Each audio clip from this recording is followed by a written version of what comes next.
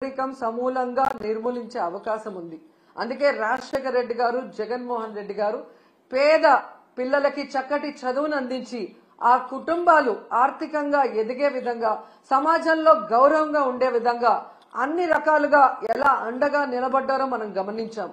కానీ చంద్రబాబు నాయుడు గారు డబ్బున్న వాళ్ళు మాత్రమే చదువుకోవాలి, తన పార్టీలో ఉన్న ప్రైవేట్ స్కూళ్లు కాలేజీలు ఉన్న వాళ్లే ఫీజులు దండుకోవాలి అన్నట్టుగా ఈ రోజు పేద విద్యార్థుల్ని చదువుకు దూరం చేసే విధంగా చర్యలు చేపట్టడం, ఇవ్వాల్సిన బకాయిలు ఇవ్వకపోవడం అనేది మనం గమనించాలి.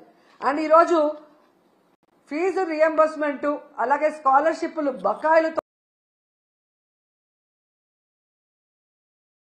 మీకు ఈ విషయం అర్థం కావటం లేదా అని ప్రశ్నిస్తున్నాం. ఎందుకంటే ఈరోజు చంద్రబాబు నాయుడు గారు ముఖ్యమంత్రి అయిన రోజు నుంచి దాదాపుగా 7 నెలలు అవుతుంది. ఈ ఫీజు రియంబర్స్మెంట్ కోసం, వసతి దీవెన, విద్యా దీవెన కోసం ₹1 కూడా చెల్లించకపోవడం సిగ్గుచేటని కూడా ఈ సందర్భంగా తెలియజేసుకుంటున్నాం. ఎందుకంటే ఆనాడు వైఎస్ఆర్ గారు పెద్ద చదువులు ఉన్నవారికే కాదు, అర్హత ఉన్న ప్రతి పేద మధ్యతరగతి విద్యార్థికి అందించాలని గొప్ప మనసుతో ఈ ఫీజు రియంబర్స్మెంట్ తీసుకురావడం జరిగింది. దాన్ని జగన్మోహన్ రెడ్డి గారు తను అధికారంలో ఉన్న 5 సంవత్సరాలు సంపూర్ణంగా అమలు చేయడం మనం గమనించాం. కానీ ఈరోజు ప్రభుత్వం 3,900 కోట్ల ఈ ఫీజులు, స్కాలర్షిప్ల బకాయిల్ని ఆపేయటం ఎంతవరకు సమంజసమని నేను అడుగుతున్నా.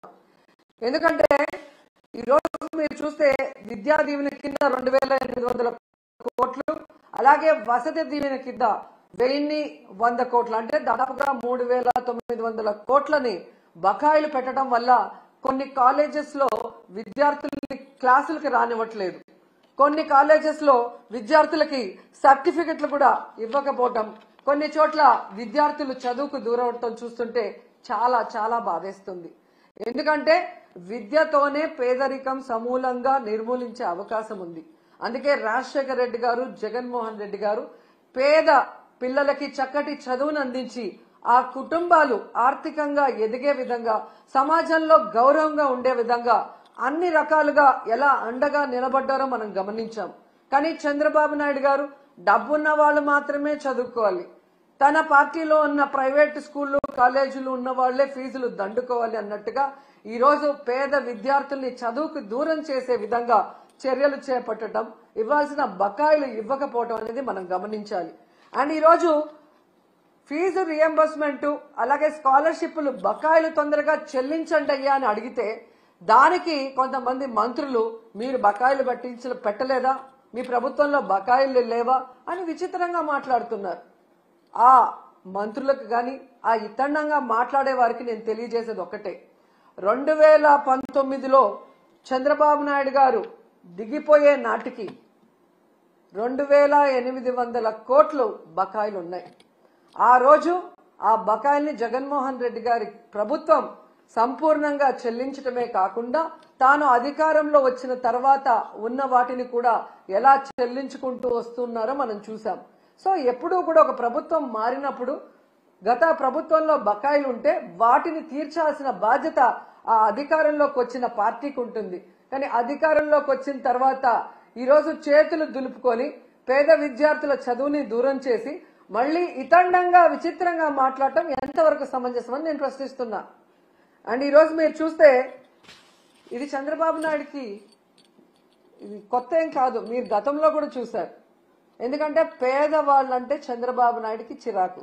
పేదవాళ్ళు మనుషులు కారనా, వాళ్ళకి చదువు అవసరం లేదనుకుంటారో ఏంటో నాకు తెలియదు. కానీ వైఎస్ఆర్ గారు తీసుకొచ్చిన ఈ ఫీజు రియంబర్స్మెంట్ ని ఏ విధంగా ఇంజనీరింగ్ స్టూడెంట్స్ ని ఫీజు రియంబర్స్మెంట్ లో 35,000 రూపాయలకే కోత పెట్టి ఎంతమందిని ఇబ్బంది పెట్టారో మనం అందరం కూడా గమనించాం. కానీ జగన్మోహన్ రెడ్డి గారు ఎంత ఖర్చు అయినా విద్యార్థికి మొత్తం ప్రభుత్వమే చెల్లించే విధంగా ప్రతి పేద మధ్యతరగతి పిల్లవాడికి చక్కటి చదువుని అందించడం ఈరోజు ప్రజలందరూ కూడా గమనించాల్సిన విషయం అని కూడా ఈ సందర్భంగా తెలియజేసుకుంటున్నా. అండ్ ఈరోజు మీరు చూస్తే ఈ చంద్రబాబు నాయుడు గారు 3,900 కోట్ల ఈ స్కాలర్షిప్లు కానీ ఫీజు రియంబర్స్మెంట్ బకాయిలకు మాత్రమే ఆపలేదండి. ఆయన ముఖ్యమంత్రి అయిన ఈ 7 నెలల కాలంలో ఫీజు రియంబర్స్మెంట్ ని ఆపేశాడు, అమ్మఒడిని ఆపేశాడు, చేయూతను ఆపేశాడు, మెడికల్ కాలేజీల్ని కట్టడం ఆపేశాడు, నాడు నేడు స్కూల్స్ రెన్యువేషన్ ఆపేశాడు. అలాగే మీరు చూస్తే 0 వడ్డీ పథకాన్ని ఆపేశాడు. ముఖ్యంగా పేదవాళ్లకి చాలా అవసరమైన ఆరోగ్యశ్రీని ఆపేశాడు. ఇక వాలంటీర్ వ్యవస్థని ఆపేయటం మనం అందరం కూడా చూస్తూనే ఉన్నాం.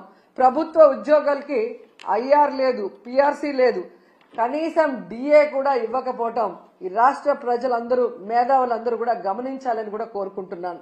ఎందుకంటే ఒకవైపు జగన్మోహన్ రెడ్డి గారిని తిట్టడానికే టైంని స్పెండ్ చేస్తున్నారు, కానీ వాళ్ళు ఎన్నికల్లో ఏం ప్రచారం చేశాం, ఏ సంక్షేమాన్ని అందిస్తాం, ఏ అభివృద్ధిని అందిస్తామని చెప్పిన మాటల్ని మరిచిపోవడం ఇక్కడ మనం గమనించాలి. ఎందుకంటే మీరు చూశారు ఏ విధంగా అధికారంలోకి వస్తే మేము సూపర్ 6 అమలు చేస్తామని చెప్పారు. ఈయన లోకేష్ అయితే మేము సూపర్ 6 అమలు చేయకపోతే నా కాలర్ పట్టుకొని అడగండి అన్నారు. ఏ కాలర్ అండి? రైట్ కాలరా, లెఫ్ట్ కాలరా? అంటే కాలర్ పట్టుకొని నిలదీసి అడిగితే తప్ప మీరు సూపర్ 6 అమలు చేయరా? ఈరోజు చూసే చంద్రబాబు నాయుడు గారు ఎంత కూల్ గా సంపద సృష్టించాక, ఆదాయం పెరిగాక అప్పుడు సూపర్ 6 ని అమలు చేస్తామని చావు కబురు చల్లగా చెప్తున్నారు. మరి ఆ రోజు చంద్రబాబు నాయుడు గారు, పవన్ కళ్యాణ్ గారు ఎన్నికల్లో ప్రచారం చేస్తున్నప్పుడు మీకు తెలీదా? ఎందుకు ఆ రోజు ఇదే మాట చెప్పలేదు? మేము వచ్చాక, సంపద సృష్టించాక, ఆదాయం పెరిగితేనే సూపర్ 6 అమలు చేస్తాం, లేకపోతే చేయలేమని ఆ రోజు ఎందుకు చెప్పలేదని అడుగుతున్నా. ప్రజల్ని మోసం చేయాలన్న ఆలోచనతోనే కదా అబద్ధం చెప్పారు. మళ్ళీ మీరు చూస్తే చాలా ఎటకారంగా చంద్రబాబు నాయుడు గారు, మీరు కూడా వినుంటారు, పెద్ద గొంతేసుకొని చెవిలో మైక్ పెట్టుకొని తమ్ముళ్ళు బటన్ నొక్కుతాడంట జగన్మోహన్ రెడ్డి. బటన్ నొక్కడం పెద్ద విషయమా? మూలనున్న ముసలమ్మ కూడా బటన్ నొక్కుతుంది అని ఎటకారంగా మాట్లాడాడు. మరి మీకు కూడా 73 ఏళ్లు పూర్తయ్యాయి కదా, మూలనున్న ముసలమ్మ బటన్ నొక్కగా లేంది 73 ఏళ్ల ముసలోడివి మీరెందుకు నొక్కలేకపోతున్నారు ఆ బటన్ అని ముసలోళ్ళందరూ గుసగుసలాడుకుంటున్నారు. మీకు వినిపిస్తుందా? అసలు డిప్యూటీ సీఎం పవన్ కళ్యాణ్ గారు అయితే ఏకంగా బాబు గారి హామీలకి నాది గ్యారంటీ, బాబు గారు చెప్పే ప్రతిదీ అమలు చేసేది నాది వారంటీ, ఆయన చేయకపోతే నేను ప్రశ్నిస్తాను అని మాట్లాడారు.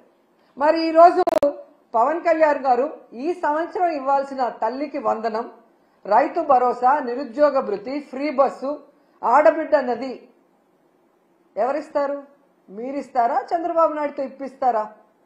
మరి ఇంతవరకు ఇవ్వలేదు కదా. మరి ఎందుకు మీరు ఈ కోట్లాది మంది ప్రజల తరఫున నిలబడి చంద్రబాబు నాయుడిని నిలదీయట్లేదు? ఏం అడ్డం వస్తుంది మీకని ప్రశ్నిస్తున్నా. ఈరోజు ఎంత దారుణంగా తయారయ్యారంటే, నేను, నా కొడుకు పవన్ కళ్యాణ్ గారు అధికారంలోకి వచ్చేస్తాను కాబట్టి ఈ రాష్ట్ర ప్రజలు ఏమైపోయినా పర్వాలేదు, వీళ్ళకి మనం చెప్పింది ఏది చేయాల్సిన అవసరం లేదు అని ఎంత కేర్లెస్ గా ఈ ప్రభుత్వంలో ఉన్న పెద్దలు ప్రవర్తిస్తున్నారో మనం అందరం కూడా గమనించాలి. ఎన్నికల ముందుకి ఎన్నికల తర్వాత వాళ్ళ ప్రవర్తన ఎలా ఉంది అంటే, ఎన్నికల ముందేమో బాబు షూరిటీ భవిష్యత్తుకు గ్యారంటీ, కానీ ఈరోజు బాబు షూరిటీ చీటింగ్ గ్యారంటీ.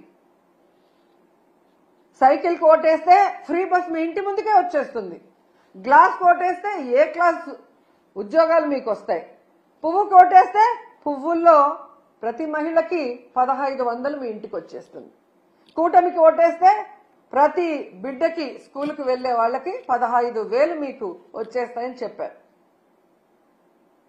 ఇక ఇంట్లో ఎంతమంది ఉంటే అంతమందికి లక్షలు లక్షలు వచ్చి పడేస్తాయని ఏ విధంగా వాళ్ళు బాండ్లు కూడా రాసి ఇవ్వటం మనం అందరం కూడా గమనించాం. కానీ ఈరోజు ఆ బాండ్లు నాలిక గోక్కోవటానికి కూడా పనిచేయట్లేదు. అసలు వీళ్ళు చేసిన ప్రచారం ఎలా ఉంది అంటే, రామానాయుడు గారు సైకిల్ వేసుకొని ఒక ఇంటికి వస్తారు, ఈ రోజుకి కూడా ఎక్కడ చూసినా అది వాట్సాప్ లో తిరుగుతుంది. నీకు 15,000, నీకు 15,000, నీకు 15,000, నీకు 18,000 అని చిన్నపిల్ల నుంచి పెద్దవాళ్ల వరకు వేలు పెట్టి ప్రతి ఒక్కరికి చూపిస్తూ సైకిల్లో వచ్చి సైకిల్ కొట్టేస్తే చాలా అవన్నీ వచ్చి పడిపోతాయి అన్నారు. మరి అదే సైకిల్ మీద ఈరోజు వెళ్ళి అవన్నీ ఎందుకు వాళ్ళకి అందించలేకపోతున్నారు? అంటే అధికారంలో రావటం కోసం ఆ రోజు ఏ విధంగా ప్రచారం చేశారయ్యా అంటే టీవీల్లో, థియేటర్లో, ఫేస్బుక్లో, యూట్యూబుల్లో, ట్విట్టర్లో, ఇన్స్టాలో ఎక్కడ చూసినా కూడా దండయాత్ర చేశారు ప్రజల మీదకి. ఒకవేళ తెలుగుదేశానికో కూటమికో ఓటేయకపోతే ప్రతి ఇంట్లో ఉన్న మహిళ లక్షలాది రూపాయలు మిస్ అయిపోతుందేమో అన్నట్టుగా ఊదరగొట్టి ఈరోజు మీరు చూస్తే సంపద సృష్టించాక, ఆదాయం పెరిగాక మేము ఇవన్నీ చేస్తాము అని ఎంత చావు కబురు చల్లగా చెప్తున్నారు. ఇంకా గట్టిగా అడిగితే జగన్మోహన్ రెడ్డి గారి వల్లే ఇవన్నీ ఇవ్వలేకపోతున్నామంటారు. ఎంత సిగ్గుచేటో ఒకసారి ఆలోచించండి. ఈరోజు తెలుగుదేశం పార్టీ, జనసేన పార్టీ వాళ్ళ ఇంట్లో ఎవరికైనా జలుబు వచ్చినా, వాళ్ళకి తుమ్ములు వచ్చినా అది జగన్మోహన్ రెడ్డి గారి వల్లే అని చెప్పుకునే అంత దిగజారిపోయారనేది ఈ మధ్యకాలంలో టీవీలు చూసిన వాళ్ళందరికీ అర్థమై ఉంటుంది. ఈరోజు నేను ఈ కూటమి ప్రభుత్వంలో ఉన్న నాయకులు అందరికీ కూడా చెప్పేది ఒక్కటే, మీ మేనిఫెస్టో మీ దగ్గర లేకపోతే ఒకసారి ఆ మేనిఫెస్టో తెచ్చుకొని చూడండి, లేకపోతే మేము పంపిస్తాం మేము మేనిఫెస్టో. దాంట్లో క్లియర్ గా మీరు రాస్తున్నారు 14 లక్షల కోట్లు అప్పుంది, అయినా కూడా మేము సూపర్ 6 అమలు చేస్తాము అని చెప్పారు. అసలు 14 లక్షల కోట్లు అనేదే అబద్ధం. మొన్ననే మీరు అధికారంలోకి వచ్చిన తర్వాత మీ అధికారులు మీరు అంతా కూడా ఎక్సర్సైజ్ చేసి అసెంబ్లీలో ప్రవేశపెట్టారు, కేవలం 6.5 లక్షల కోట్లు మాత్రమే అప్పు ఉంది అని. 14 లక్షల కోట్లుందని అబద్ధం చెప్పిన మేనిఫెస్టోలోనే అన్ని చేస్తామన్నప్పుడు అందులో సగం ఉన్నప్పుడు ఎందుకు చేయలేకపోతున్నారని నేను అడుగుతున్నా. అసలు ఇప్పటికీ రాష్ట్రం విడిపోయాక మొదటిగా ముఖ్యమంత్రి అయింది మీరే. మీరు దిగిపోయేటప్పటికి ఎంత అప్పు ఉంది, మీరెంత అప్పు చేశారు, మీరు ప్రజలకు ఏం సంక్షేమాన్ని ఇచ్చారు, రాష్ట్రానికి ఏం అభివృద్ధి చేశారో ఒక వైట్ పేపర్ రిలీజ్ చేయండి. ఆ తర్వాత వచ్చిన జగన్మోహన్ రెడ్డి గారు 5 ఏళ్లలో ఎంత అప్పు చేశారు, కోవిడ్ సంక్షోభంలో కూడా రాష్ట్రానికి ఆదాయం లేకపోతే ఎలా సంక్షేమాన్ని అభివృద్ధిని చేశారు, ఎంత అప్పు చేసి ఆ అప్పు డబ్బులు ఏమైందో కూడా ఒక వైట్ పేపర్ రిలీజ్ చేస్తే మీ అబద్ధాలకి ఫుల్ స్టాప్ పడుతుంది. ఎన్నికల ముందే కాదు ఇప్పుడు కూడా అబద్ధాలు చెప్పుకొని బ్రతకాలనుకుంటున్నారు తప్ప రాష్ట్ర ప్రజలకు ఇచ్చిన హామీలు నెరవేర్చాలన్న చిత్తశుద్ధి లేకపోవడం దురదృష్టకరం. సో మీకు ఒకటే చెప్తున్నాను, మీ బడ్జెట్ లో మీరు చెప్పినట్టుగా బడ్జెటరీ లోన్ 4,91,734 కోట్లు, అలాగే నాన్ బడ్జెటరీ లోన్స్ అంటే కార్పొరేషన్ల ద్వారా తెచ్చిన 1,54,797 కోట్లు, అంటే మొత్తం కలిపి 6.5 లక్షల కోట్లు మాత్రమే అప్పుంది. దాంట్లో మెజారిటీ మీరు చేసిన అప్పులే 2014లో. సో 14 లక్షల కోట్లు ఉన్నప్పుడే అన్ని అమలు చేస్తామన్న మీరు ఈ రోజు చేయకుండా దాన్ని జగన్మోహన్ రెడ్డి గారి మీద తోసి తప్పించుకోవాలి అంటే వదిలిపెట్టే ప్రసక్తే లేదు. అండ్ ఈ రోజు మీకు హెచ్చరిస్తున్నాం, పిల్లల జీవితాలతో చెలగాట మాడే విధంగా కనుక మీరు ఇలాగే ముందుకు వెళ్లి ఫీజు రియంబర్స్మెంట్ బకాయిలు కానీ, విద్యా దీవెన, వసతి దీవెన బకాయిలు చెల్లించకపోతే మీకు డెడ్ లైన్ 5వ తేదీ, ఫిబ్రవరి 5వ తేదీ లోపల చెల్లించకపోతే వైఎస్ఆర్ కాంగ్రెస్ పార్టీ నాయకులు, కార్యకర్తలు, విద్యార్థుల తల్లిదండ్రులతో ఫీజు పోరు చేసి మీ మెడలు వంచి పిల్లలకి అండగా నిలబడతామని కూడా ఈ సందర్భంగా తెలియజేసుకుంటున్నాం. అండ్ ఫైనల్ గా ఒకటి చెప్పాలనుకుంటున్నా, ఈరోజు ప్రభుత్వానికి ఎలా సంక్షేమాన్ని అందించాలి, ఎలా అభివృద్ధి చేయాలని చేతగాకపోతే జగన్మోహన్ రెడ్డి గారిని తిట్టడమో, మాలాంటి వాళ్ళ మీద ట్రోల్స్ చేయటం, వల్గర్ గా పోస్టులు పెట్టడమో కాదు, ఎలా పని చేయాలో జగన్ గారి దగ్గర క్లాసులు తీసుకుంటే నేర్పిస్తారు. చిన్నవాడైనా, మొదటిసారి ముఖ్యమంత్రి అయినా ప్రజలకు ఇచ్చిన ప్రతి వాగ్దానాన్ని రాష్ట్రంలో ఎలాంటి పరిస్థితులున్నా కూడా సమర్థవంతంగా అందించి అందరికీ కూడా అన్నలాగా అండగా నిలబడ్డాడు. మీలాగా మీ మీద ఎవరో ఒకరి మీద నిందలు మోపి తప్పించుకోవాలన్న ప్రయత్నం చేయలేదు. పవన్ కళ్యాణ్ గారు మీకే చెప్తున్నాను, ఆడవాళ్ళ మీద ట్రోల్స్ చేస్తే ఒప్పుకోనన్నారు. మరి ఆడవాళ్ళు అంటే ఓన్లీ తెలుగుదేశం, జనసేనలో ఉన్న ఆడవాళ్ళు మాత్రమేనా? మీ ప్రభుత్వం చేసే తప్పుల్ని నిలదీస్తామన్నా మీరు నిలదీయకపోతే ఈ రాష్ట్రంలో బాధ్యత కలిగిన అపోజిషన్ లీడర్స్ గా మేము నిలదీస్తున్నాం. మీరు చెప్పిన హామీలు నెరవేర్చకపోతే వాటిని నిలదీస్తున్నాం. మీరు చేసే అరాచక పాలనను ఎండగడుతున్నాం. కానీ దానికి సమాధానం చెప్పకుండా ఈ విధంగా ట్రోల్స్, వల్గర్ గా మీమ్స్, వల్గర్ గా వీడియోస్ చేస్తుంటే వాళ్ళ మీద ఎటువంటి యాక్షన్ తీసుకోరా? ఖచ్చితంగా నా మీద గాని, మహిళల మీద గాని ఇలాంటి పనికి మాలిన వీడియోస్, పనికి మాలిన ట్రోల్స్ చేస్తే మాత్రం సహించేది లేదు. వడ్డీతో సహా వాళ్ళందరికీ కూడా ఇచ్చి పడేస్తానని తెలియజేసుకుంటున్నా. ఇప్పటి వరకైతే ఇలాంటి పిచ్చి పనులు చేసే వాళ్ళు మానసిక రోగులుగానే నేను భావించాను. జగనన్న ప్రభుత్వం ఉన్నప్పుడు వాళ్ళందరికీ ఆరోగ్యశ్రీలో అయితే ట్రీట్మెంట్ ఇప్పించగలిగాం. కానీ ఈరోజు ఆరోగ్యశ్రీ కూడా తీసేశారు కాబట్టి మీ పిచ్చి మీరే భరించుకోండి. అది మా మీద, ప్రజల మీద రుద్దాలన్న ప్రయత్నం చేస్తే మాత్రం సహించేది లేదు. మీరు తప్పు చేసినప్పుడు మేము నిలదీస్తాం, పోరాటం చేస్తాం. మీరు ఇచ్చిన హామీని నెరవేర్చాలి. మీరు అధికారంలో ఉన్నారు కాబట్టి చేయాల్సిన అభివృద్ధి చెయ్యాలి. అంతేగాని బెదిరిస్తే, కేసులు పెడితే, ట్రోల్ చేస్తే భయపడి ఆగిపోతారనుకుంటే మాత్రం అది మీ భ్రమే అని కూడా ఈసారి తెలియజేసుకొని, సో ఫీజు రియంబర్స్మెంట్, అలాగే స్కాలర్షిప్స్, విద్యా దీవెన, వసతి దీవెన బకాయిలు చాలా ఇంపార్టెంట్. ఇది రాజకీయం కాదు, విద్యార్థుల భవిష్యత్తు. దీని మీద దృష్టి పెట్టి పవన్ కళ్యాణ్ గారు వెంటనే చంద్రబాబు నాయుడు గారితో వీటిని రిలీజ్ చేయించాలని కూడా డిమాండ్ చేస్తున్నాం.